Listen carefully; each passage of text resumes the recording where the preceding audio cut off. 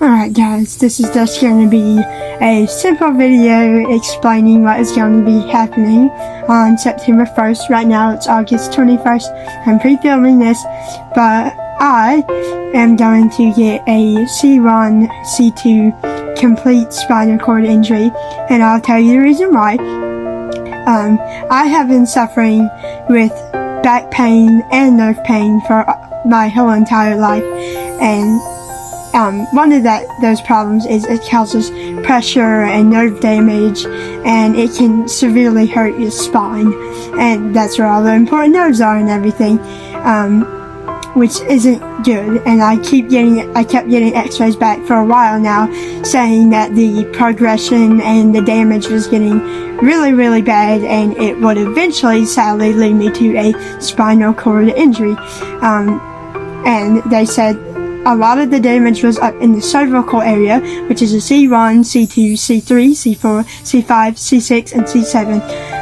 There may be a C8, but a lot of my damage, sadly, is near those C1 and C2 vertebrae, where it controls the sensation of your whole entire body from the neck down, including your arms and movements in the legs, arms, chest, and everything, and the neck as well. Which is not good at all. So I basically have a bunch of damage, and we went to go get x-rays today, and sadly those didn't go well. A lot of damage was appearing up on the x-rays, and it wasn't a good thing that a bunch of damage was showing up on them. And he said around September 1st or something like that, the damage will really kick in and leave me paralyzed from the neck down. And that's not a good thing. I know this is a fast explanation, but I'm just trying to get every information I know. So basically, my friend Amy has this extraordinary case as well. She got her spinal cord injury on December 14th, 2023, and I'm getting mine on September 1st of 2024, because of that damage will set in and will eventually lead me to spinal cord injury. I will not have any feeling from kind of where my trachea is, but half amputee down, all the way to my legs, and feet and arms, and then, the little thumb movement I have 0.6 arm strength, so, that will be gone as well. But I will still have the same life expectancy with ALS and everything, so nothing's changing in that field, thankfully. And I've been using catheters for 11 months straight now because of the damage and stuff like that. So I know my way around catheters, and I've been overheating multiple times. But with the spinal cord injury, I will lose all sensation basically from my trach down, all the way down to my legs, or my amputee spot. And then I will not have any movement from the trach down, and I will have my slight 2% head I have left, which is going to be grateful that I had that, but I will be losing my 0.6% arm strength, and on September 1st I will be using a sip and puff full time instead of just 4 hours a day that I've been doing for almost the past 2 months, which isn't good, but something we have to kind of deal with, including the cathings will be a lot more frequent than just 2 a day. They'll probably be 4 or 5, if not even more than that, which does suck, including getting a pacemaker, because when you get a spinal cord injury like that, where it's up in the cervicals, you cannot breathe on your own, or it severely impacts your area to breathe.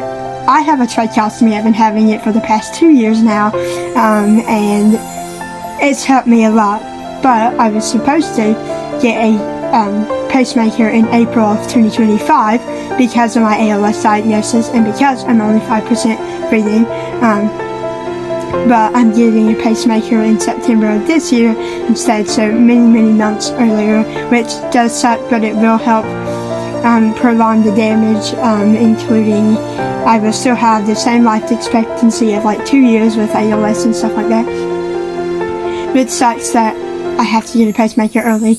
But with my 5% breathing, I do have a much extraordinary chance of surviving the surgery, the 7-hour surgery that it requires, and I feel like I'll be okay. I will be in like a 1 to 2 day coma. I do have coma disease, so it's kind of been like that since 2022. But I will be in a coma, recovering, trying from the pacemaker surgery, and I'll be recovering and I'll be healed back to health soon. But basically, my spinal cord injury is going to be happening on September 1st of 2024, and I'm just explaining to you all because I feel like I don't want to show my recovery process and how that goes on the first couple of days, because that is a traumatic surgery and it is a traumatic, life-changing thing in my life. So I just want to kind of keep that private. I may show it in a weekly vlog, but I don't know. I don't know as of right now. But I will be getting a pacemaker on September 1st. And it will just be breathing for me, and I'll still have my tracheostomy because my 5% breathing and everything like that. So I will still look the same, thankfully, but the only things that will change is me using my sip and puff for 24 hours a day, like 10 days earlier than I was supposed to, including having no sensation from the half amputee down, and my hand movement will be gone, and my head movement will be kind of the same, just a little bit jerkier, which does suck, but that's basically my spinal cord injury. I will be getting a pacemaker. I will not have any sensation from the half amputee down. I will lose my hand movement, and I will be driving my sip and puff for 24 hours a day on September 1st, and I will be getting a pacemaker. So I know this is a quick rundown short video, but I just wanted to explain to you all what it was about and stuff like that. And if I miss a chemo session, or if I seem off in some videos, that's why. We just got x-rays and the damage and stuff like that is bad. So yes, I'll be joining the spinal cord injury squad on September 1st. So I appreciate you guys so much for watching, and I will see you in the next video. Bye! Bye!